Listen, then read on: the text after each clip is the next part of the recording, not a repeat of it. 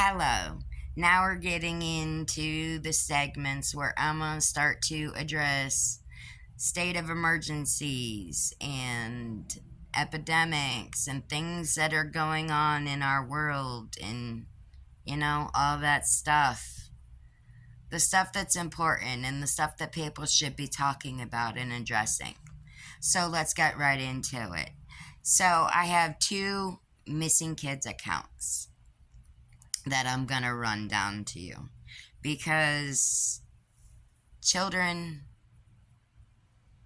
are, they're innocent, they're impressionable, you know, and we got to be careful. Our first one is Asha Degree. Disappeared at age 9 in Shelby, North Carolina on February 14th of 2000. She walked away from her home in the middle of the night, leaving only a few items in a backpack that was later discovered along the road. Now, this is interesting. I'm going to try and dig a little deeper and see if I can find any more information out on these two accounts and see what happened there. Because when it comes to child abduction and kidnapping and trafficking and all of that stuff, as a parent, it's scary. It's treacherous to even fathom the fact that you could possibly going through this at any given time. Leaving her house in the middle of the night. Now, I don't know if she walked out the door or if somebody coasted her or what happened there, but I'm going to try to find some more information and see what I can find out. Number 2, Kyron Horman. Vanished from elementary school in 2010 in Portland, Oregon on June 4th at the age of 7. Aw. This is one of the most exhaustive missing person searches in Pacific Northwest history, yet no trace of him has ever been found. That is sad. Schools need to be a little more stricter, and I'm pretty sure that they're really putting their feet down, and I'm hoping and assuming that things are going to get a little more tight-knit and things are going to get a little more stricter.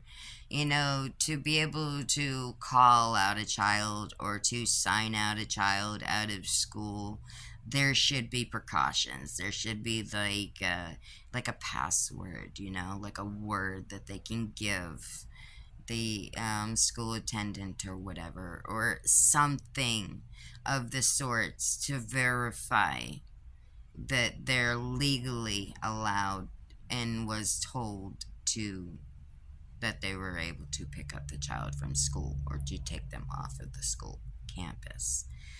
And it's sad. It really is. That somebody can just go into school and just check out your kid and just walk off with them. And for a parent, that's terrifying. Nobody ever wants to ever deal with that or have to go through that. By any means, at any given time of their life. If you have seen either of these children, the 7-year-old or the 9-year-old, or if you've seen them anywhere, or if you've heard anything, please call your local police department or contact your missing and exploited children hotline, because it is important and this stuff is happening way more now than we ever imagined it would. All this stuff going on online and, about everything going on. And if you know, it is very scary. It is very treacherous to know that you got to really, really, really be careful of who you trust and who you allow around in your circle and around your children and your family and stuff, because it could be crucial. It could matter. It could make a big difference. Research people, look people up, do background checks.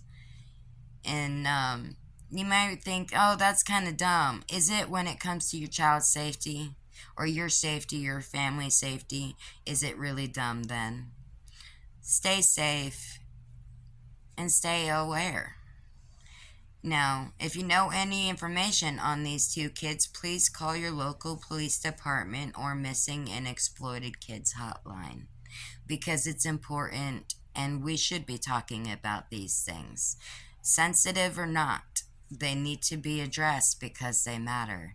Thank you for tuning in, and until our next segment, live your best life and help other people see their potential and live their best life also. Thank you. I appreciate you all.